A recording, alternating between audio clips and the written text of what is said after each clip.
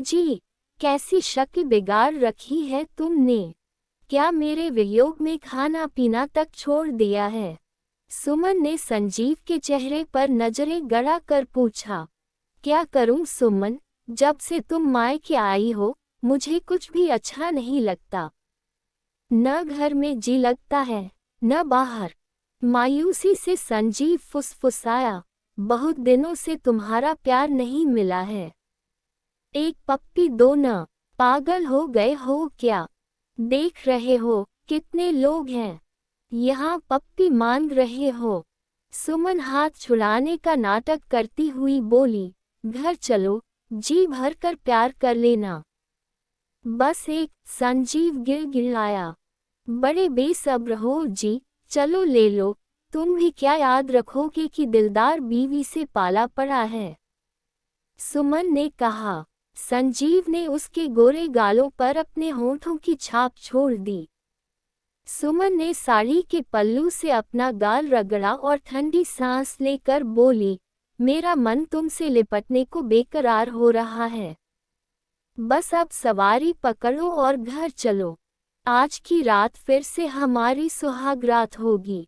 संजीव बीवी की बात पर रोमांच से भर उठा। वह काफी खुश था, खास तौर पर इस बात पर कि लड़ने झगड़ने वाली उसकी बीवी इतनी अच्छी बातें कर रही थी। उसे याद नहीं आ रहा था कि अंतिम बार सुमन ने उससे इस तरह कब बात की थी। काफी मनाने के बाद वह मायके से वापस आने को तैयार हुई थी। वापस आते समय सुमन इतने अच्छे मूड में थी कि संजीव को विश्वास नहीं हो पा रहा था। वह शायद यह नहीं समझ पाया कि इंसान जब अपनी फितरत से हटकर व्यवहार करे तो समझ जाना चाहिए कि वह कुछ खेल खेलने वाला है और उसे अपनी मीठी बातों में फंसा रहा है। सुमन तेजतर्रार बीवी थी और वह सीधा सादा इंसान था। आखिर वह कैसे समझता कि बीवी उसकी भावनाओं के साथ ही नहीं, उसकी जिंदगी के साथ भी खेल खेलने वाली है। संजीव ने बस पकड़ी और सुमन के साथ अपने घर वापस आ गया। 9 मार्च की सुबह सुमन अलसाई सी उठी। उसे किसी के दरवाजा पीटने की आवाज सुनाई दी। जाकर दरवाजा खोला तो सामने पड़ोसन खड़ी थी। दरवाजा खुलते ही पड़ोसन ने उसे घर के बाहर खड़ंजे पर नाली के किनारे संजीव के पड़े होने की बात बताई। सुमन तुरंत संजीव के पास पहुंच गई और उसे उस हालत में पड़ा देख रोने पीटने लगी। सुमन के रोने की आवाज सुनकर पहले आस पड़ोस के लोग फिर पूरे गांव के लोग वहां एकत्र हो गए। संजीव की सांसें थम चुकी थीं, यानी उसके साथ कोई घटना घटित हुई थी। मामला शाहजहांपुर जनपद के अल्हागंज थाना क्षेत्र के गांव दहेना मनिहार का था। पास के गांव गोहरा में संजीव का छोटा भाई विवेक अन्य परिजनों के साथ रहता था। खबर मिलते ही वह भी आ गया। इसी बीच किसी ने ये सूचना अल्हागंज थाने में दे दी थी। सूचना पाकर थाना प्रभारी सुधाकर पांडेय पुलिस टीम के साथ घटनास्थल पर पहुंच गए। वहां पहुंचकर उन्होंने पहले लाश का निरीक्षण किया। मृतक के गले पर काफी सूजन थी और शरीर के अन्य हिस्सों पर पीटे जाने के निशान मौजूद थे। लाश का निरीक्षण करने के बाद उन्होंने मृतक संजीव की पत्नी सुमन से पूछताछ की तो उसने बताया कि रात में उसके पति साथ में सोए थे। सुबह उठी तो यह बाहर इस अवस्था में पड़े मिले। हो सकता है सुबह जल्दी दूध लाने के लिए निकले हों, तभी उनको किसी ने मार दिया हो। इसके बाद अन्य घरवालों व पड़ोसियों से आवश्यक पूछताछ की गई। फिर पुलिस ने लाश पोस्टमार्टम के लिए मोर्चरी भिजवा दी और थाने लौट आए। विवेक ने अपने भाई संजीव की हत्या का आरोप उसकी पत्नी सुमन, सास के शरवती साले मुनीश और मुकुल उर्फ सोनू पर लगाते हुए थाने में तहरीर दी, जिसके आधार पर पुलिस ने सभी नामजद के विरुद्ध भादमवी की धारा 302 के तहत मुकदमा दर्ज कर लिया। थाना प्रभारी पांडे ने सुमन से पूछताछ की। पूछताछ के बाद उसे जाने दिया गया। इसके बाद जांच के नाम पर केवल खानापूर्ति ही करते रहे। इसी बीच उनका ट्रांसफर हो गया। उनकी जगह निगोही थाने से ट्रांसफर होकर आए इंस्पेक्टर इंद्रजीत भदौरिया। थाने का चार्ज लेते ही उन्होंने थाने में दर्ज मुकदमों की फाइलें देखी तो उनमें संजीव हत्याकांड की फाइल भी थी। उन्होंने केस का गंभीरता से अध्ययन किया और जांच में जुट गए। उन्होंने सुमन के मोबाइल नंबर की कॉल डिटेल्स निकलवाई तो घटना वाले दिन सुबह से देर रात तक एक नंबर पर सुमन की बात होने के बारे में पता चला। उस नंबर पर सुमन हर रोज बात करती थी। उस नंबर की डिटेल्स निकलवाई गई तो वह बरेली में एक्टिव था, लेकिन घटना की रात उसकी लोकेशन घटनास्थल की मिली। इसके बाद थाना प्रभारी इंद्रजीत भदौरिया ने 14 जून को सुमन को उसके बरेली स्थित मायके से गिरफ्तार कर लिया। उसे थाने लाकर महिला कांस्टेबल साधना की उपस्थिति में उससे कड़ाई से पूछताछ की गई। पुलिस के सामने उसने पति की हत्या करने का जुर्म स्वीकार कर लिया। साथ ही उसने बताया कि इस हत्या में उसके प्रेमी अमित ने उसका साथ दिया था। उत्तर प्रदेश के महानगर बरेली का एक थाना है बिथरी चैनपुर। इस थाने के अंतर्गत शहर से सटा एक गांव चांदपुर है। इसी गांव की निवासी थी सुमन। सुमन के पिता हरप्रसाद खेती बाड़ी करते थे। परिवार में सुमन की मां केशरवती, 2 भाई मुनीश, मुकुल उर्फ सोनू व 2 बहनें सीमा और सरिता थी। सुमन सबसे छोटी थी। किशोरावस्था में आते ही सुमन के शरीर में काफी परिवर्तन आ गए थे। अब वह न बच्ची थी और न ही पूरी तरह से जवान, लेकिन जवानी की बहार आने की शुरुआत हो चुकी थी। हर किसी की निगाह उसके बदन पर आकर टिक जाती थी। उस समय सुमन बरेली के कुसुम कुमारी इंटर कॉलेज में 9वीं कक्षा की छात्रा थी। सुमन की एक सहेली रानी परिवर्तित नाम थी। वह रानी से मिलने उसके घर आया जाया करती थी। वहीं रानी के भाई का दोस्त अमित आता जाता था। अमित बरेली के नवादा में वंकटीनाथ मंदिर के पास रहता था। उसके पिता रमेश कुमार प्राइवेट नौकरी करते थे। अमित पढ़ रहा था। आने जाने के दौरान सुमन का अमित से परिचय हुआ। दोनों में बातें होने लगी। समय के साथ दोनों में दोस्ती हो गई। जल्दी ही दोनों काफी घुल मिल गए। साथ घूमते मौज मस्ती करते। एक साथ समय बिताते बिताते दोनों एक दूसरे को चाहने लगे थे। उनकी चाहत आंखों से झलकने लगी तो दोनों को समझते देर नहीं लगी कि एक दूसरे को चाहते हैं। चाहत बेपर्दा हुई तो जुबां से भी इजहार हो गया। दोनों ही अपने दिल की मुराद पूरी होने पर काफी खुश हुए। समय के साथ उनका प्यार परवान चढ़ने लगा। दोनों के बीच दैहिक संबंध भी बन गए। इसी बीच अमित के घर वालों ने उसकी शादी तय कर दी। जब अमित की सुमन से मुलाकात हुई तो अपनी शादी तय होने का जिक्र करते हुए उससे शादी करने की इच्छा जताई।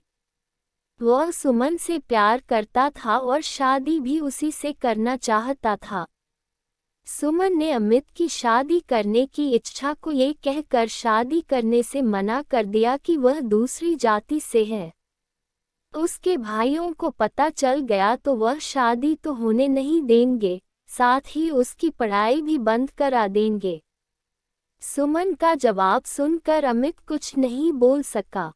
सन 2009 में अमित का विवाह सुमन के बजाय किसी और से हो गया। इसके बाद सुमन का उससे मिलना जुलना बंद हो गया। संपर्क टूटा तो सुमन फिर से अपनी पढ़ाई पर ध्यान देने लगी। इंटरमीडिएट पास करने के बाद सुमन ने बरेली के अवंतीबाई डिग्री कॉलेज में बीए में दाखिला ले लिया। बीए की पढ़ाई पूरी होते होते उसके घर वाले उसकी शादी के लिए रिश्ता तलाशने लगे थे। एक रिश्तेदार की मदद से उन्हें शाहजहांपुर जनपद के गांव दहेना मनिहार निवासी संजीव श्रीवास्तव के बारे में पता चला। संजीव दिल्ली में रहकर सिलाई का काम करता था। उसके परिवार में पिता महावीर, मां माया देवी के अलावा छोटा भाई विवेक और 3 बहनें प्रेमलता, सपना और छाया थी। विवेक भी दिल्ली में रहकर एक फैक्ट्री में काम करता था। बहनों में केवल प्रेमलता की ही शादी हुई थी, लेकिन बाद में उसकी मृत्यु हो गई। बताते चले कि संजीव शादीशुदा था, लेकिन उसकी पत्नी की मृत्यु हो चुकी थी। उसकी पहली शादी पड़ोसी जिले हरदोई के अंतर्गत हरदोई शाहजहांपुर मार्ग पर स्थित शाहाबाद निवासी शिवानी से हुई थी, लेकिन पहले बच्चे के रूप में एक बेटी को जन्म देते समय शिवानी की मृत्यु हो गई थी, लेकिन बेटी बच गई थी। संजीव ने बेटी का नाम मोनिका रखा। सुमन के लिए रिश्ता आया तो संजीव और उसके घरवालों ने सहर्ष स्वीकार कर लिया। सन 2014 में सुमन का विवाह संजीव से हो गया। शादी के 1 साल बाद सुमन ने एक बेटे को जन्म दिया, जिसका नाम रजत रखा गया। महानगर में रहने वाली पढ़ी लिखी सुमन को गांव का माहौल पसंद नहीं आया। वह 1 महीने ससुराल तो 4 महीने मायके बरेली में रहती थी। वह बरेली में ही रहना चाहती थी। इसके लिए वह संजीव पर दबाव बनाने लगी कि यहाँ का मकान बेचकर बरेली चल कर रहे। वहाँ किसी अच्छी जगह नौकरी कर लेगा और वहाँ उसके बच्चे का भविष्य भी बन जाएगा। लेकिन संजीव इसके लिए तैयार नहीं होता था। इसे लेकर दोनों में झगड़ा होता था। संजीव का छोटा भाई पड़ोस के गांव गोहरा में माता पिता व घर के अन्य सदस्यों के साथ रहने लगा। वह चाहता था कि भाई या भाभी उसी मकान में रहें, बरेली न जाएं। संजीव भी उसकी बात से सहमत था। वह भी गांव छोड़कर नहीं जाना चाहता था।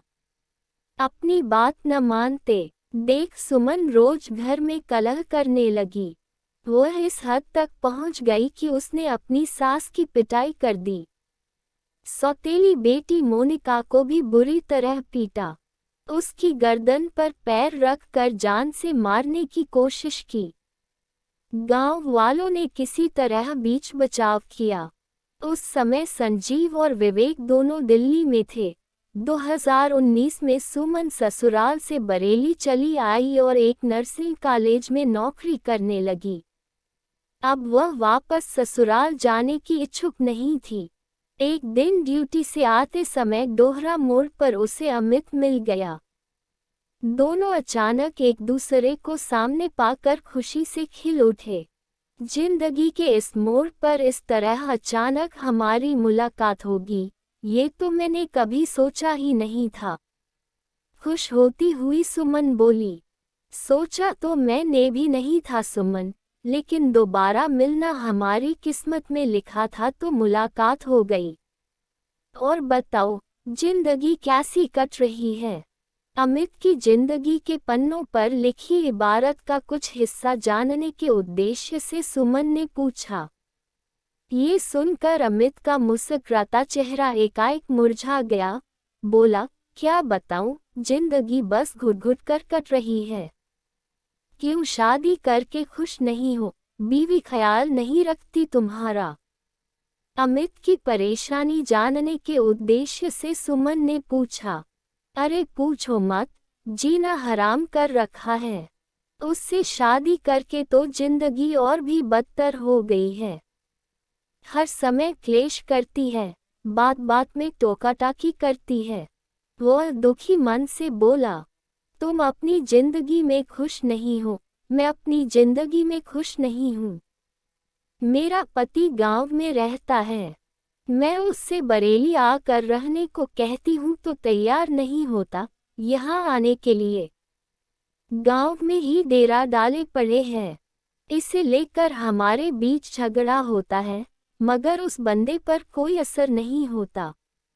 अपने साथ मेरी अमित कुछ सोचकर बोला, सुमन, हम दोनों ही अपनी अपनी जिंदगी में खुश नहीं हैं। मैं अपनी बीवी से खुश नहीं हूँ, तुम अपने पति से। हम दोनों की परेशानियों का हल निकालने के लिए ही शायद किस्मत ने हमें फिर से मिलाया है। कैसे निकलेगा हमारी परेशानियों का हल? बेचैन सुमन अमित से पूछ बैठी। हम दोनों ही अपने अपने जीवन साथी को खत्म कर दे तो आराम से एक साथ रह सकते हैं। अमित ने उसकी आंखों में देखते हुए परेशानी से बाहर आने का रास्ता बता दिया। सुमन उसकी बात पर कुछ देर सोचती रही, फिर बोली, ठीक है, सबसे पहले मेरे पति को हटाओ। ठीक है, तुम अपनी ससुराल चली जाओ। पति को मना कर उससे प्यार भरी बातें करो। किसी दिन आकर मैं तुम्हारे साथ संजीव का काम तमाम कर दूंगा। अमित ने सुझाव दिया। सुमन ने सहमति दे दी। फिर दोनों ने एक दूसरे का मोबाइल नंबर लिया और अपने अपने घर चले गए। इसके बाद दोनों की मोबाइल पर रोजाना बातें होती रहीं। अमित ने सुमन को मेडिकल स्टोर से लाकर नशीली गोलियां दे दी। संजीव सुमन को विदा कराने के लिए कई बार अपनी सास केशवती से कह चुका था, लेकिन सुमन ही थी जो जा नहीं रही थी। इस बार जब संजीव का फोन आया तो सुमन ने उसके साथ जाने को हाँ कर दी। संजीव खुशी खुशी उसे विदा कराने ससुराल पहुंचा। सुमन भी उसे देखकर और चलने की बात सुनकर खुश होने का नाटक करती रही। रास्ते में वह उससे प्यार से बातें करती रही।